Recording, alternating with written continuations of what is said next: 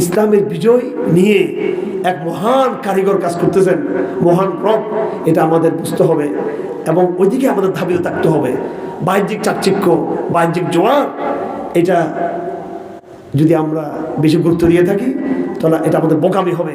আমার ভাইয়েরা, এই যে ধরেন আগামীতে ইলেকশন হবে, নির্বাচন হবে, আপনারা যদি সচেতন হয়ে থাকেন, আপনারা বলুন জনগণের প্রভাব এখানে বেশি থাকবে নাকি ভারত, আমেরিকা, জাতিসংঘ, চীনের প্রভাব এখানে বেশি থাকবে? আপনারা বলেন। আপনারা একদম ঠান্ডা মাথায়, এটা আমার কথা না। আপনি পাগল হয়ে গেছেন, আপনি স্বপ্ন দেখতেছেন, দেখেন এটা আপনি না, আপনার মধ্যে একটা উত্তেজনা কাজ করতেছে, আগ্রহ কাজ করতেছে, করতে পারে স্বাভাবিক, কিন্তু এটা সিস্টেম, এটা সিস্টেম। আমেরিকার নির্বাচন নিয়ে আমার বহু পড়াশোনা আছে, আমার কিতাব লেখা আছে, বই লেখা আছে। 2004 সালে আমি মার্কিন রাজনীতি নিয়ে থিসিস লিখেছিলাম, বিশ্ব রাজনীতির স্বরূপ। এক প্রান্তপন্থ আমেরিকার রাজনীতি বলতে চেষ্টা করেছি। এখানে জনগণের ভোটের কোনো দাম নেই, একেবারে ওয়াল্লাহি কোনো দাম নেই। এখানে জনগণ কি বলছে সেটা কোনো ম্যাটার না। এখানে বড় বড় ইহুদি লবি, বড় বড় পুঁজিপতি শিল্প গোষ্ঠী, যারা বড় বড় এই অস্ত্রের শিল্পের কারখানার যারা মালিক এবং আন্তর্জাতিক যে দজ্জালি চক্রান্তের যারা মূল কারিগর, পর্দার আড়ালে ওরা যাকে চাই তাকেই তারা প্রেসিডেন্ট বানিয়েছে আমেরিকার। জনগণ কখনো আমেরিকাতে তাদের প্রেসিডেন্ট তারা বানায় নাই। হ্যাঁ, কখনো কখনো হয়তো বানিয়েছে, বেশিরভাগ ওই ইহুদি লবিরা, অদৃশ্য শক্তি যাকে চাইছে তারাই হয়েছে।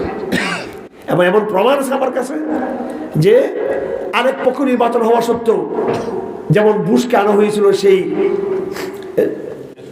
আরো অনেক আগে, প্রায় 20-25 বছর আগে, এই নির্বাচনে তার প্রতিপক্ষ বিজয় হয়ে গেছিল, কিন্তু সিস্টেম করে তাকে নিয়ে আসা হয়েছিল, যেহেতু তাকে দিয়ে তাদের একটা বিশ্ব এজেন্ডা রয়েছে।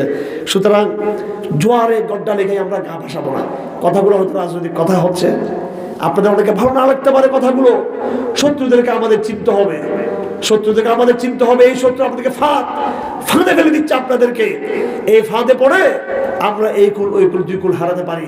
এই জন্য আমাদের মনকে আল্লাহর উজ্জুর দিকে আমাদেরকে রাখতে হবে, আমাদেরকে আল্লাহর উজ্জুর দিকে রাখতে হবে।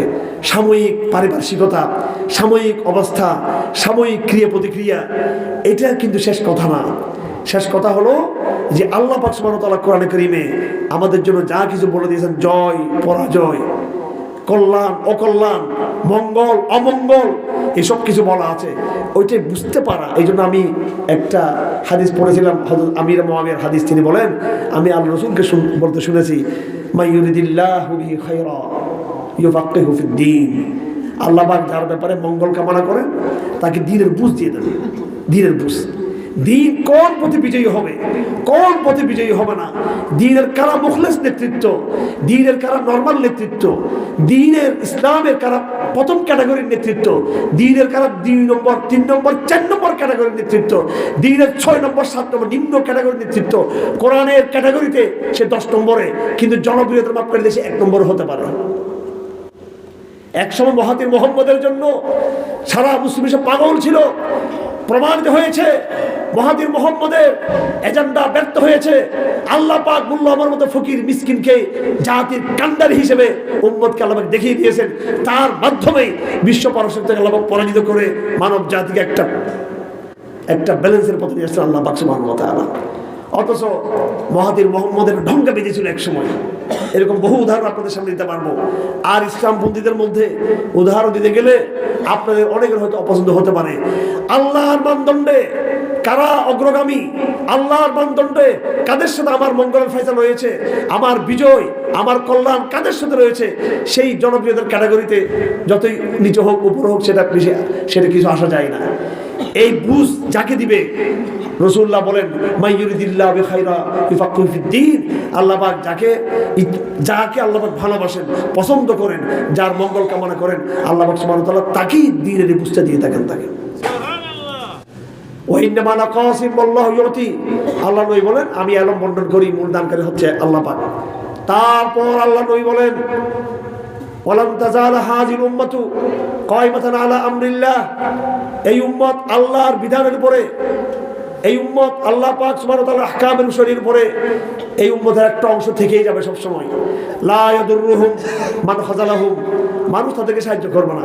কোন দেশ, কোন রাষ্ট্র, কোন এজেন্সি, কোন বড় বৃহত্তর মূলধারার কোন শক্তি, ইসলামপন্থী শক্তিও সাহায্য করবে না।